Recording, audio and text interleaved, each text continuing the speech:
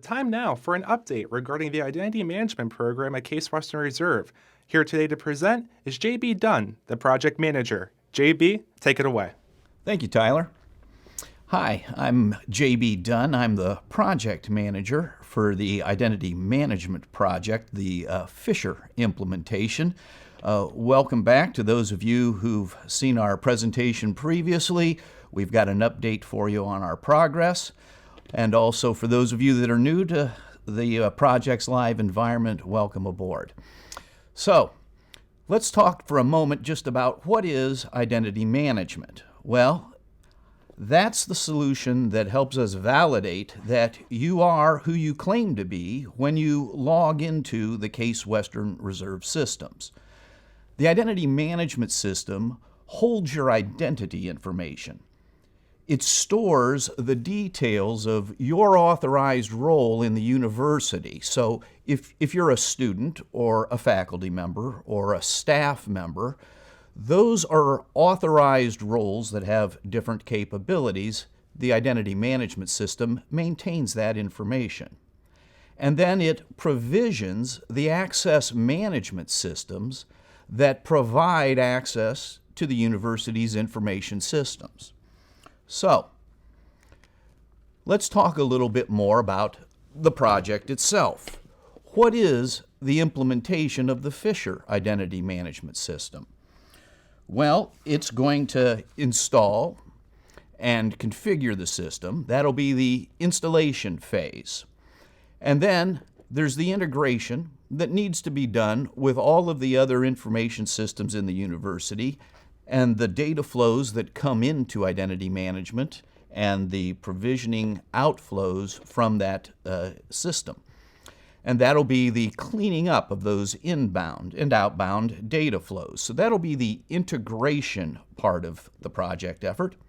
And then finally, when the full-flown information system is in place, then there'll be the enhancements for optimizing system flows and to help enhance the university workflow processes. And that will be the scope of the implementation of Fischer's vendor-hosted identity management system. So, let's talk a little bit then about what's gone on since the last time we met here. Some of the things that have been accomplished is the QuickBase.com application has been upgraded and is now operating on the Shibboleth 3.0 platform. And it is doing the testing now for the test environment that we're going to implement in the Fischer platform for testing it there. And then the provisioning of the technical design is underway now. The designing of the provisioning solution is underway and moving along as expected. We've made good progress on designing the user interface and also on the policies and some of the logic that will be managing the information in the system.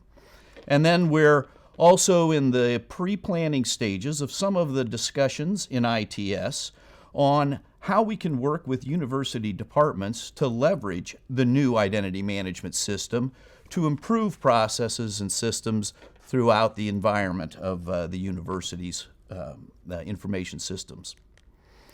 So, what's next?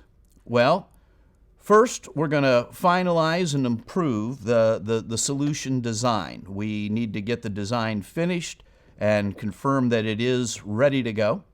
And then the construction will begin, and that is the work done by the vendor to put together the solution according to the design that's been put together by the engineers from CASE and from the vendor's organization. Then we'll do user acceptance testing, and as we work through that, we validate that everything actually does perform as was designed. Finally, the technical administrative training that goes on for your ITS engineers so that they're comfortable and competent with using the system.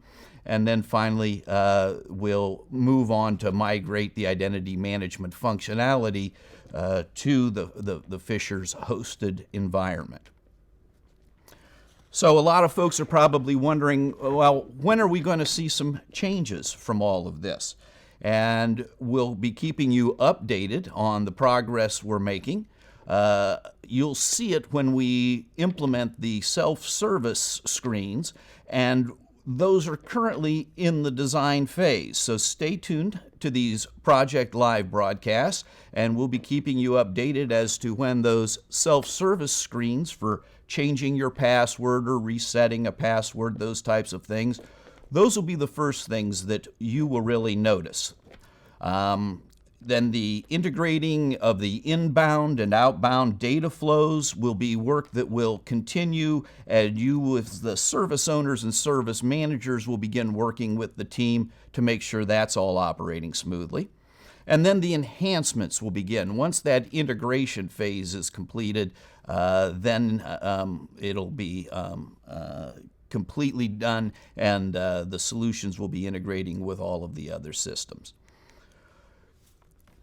So what is the expectation that you should have as to what the changes would be? Well, there's not going to be a lot of change initially to your user experience. We'll be installing mostly transparent behind-the-scenes kinds of improvements to the system. Those user interfaces that we talked about, those will be the first things that you'll notice.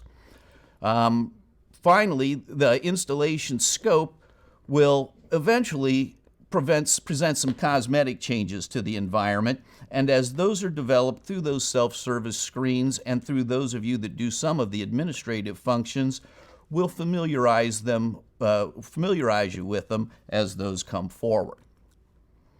So with that, Tyler, do we have any questions on the implementation project for the identity management? Thanks, JB, for that update. You spoke a lot about the technical reasons for implementing a new identity management system. What steps are you taking to make sure things go smoothly? That's a good question, Tyler. Thank you. There's an emphasis being put on training and on communications to make sure that we have a clear understanding of what the touch points are where users might experience a change, and then making sure that we're communicating in advance what expectations you should have if there would be a change, and provide training if it's necessary. In fact, Tyler, this project's live presentation of these updates is one of the steps we're doing to help keep people more informed and better prepared for those changes when they happen.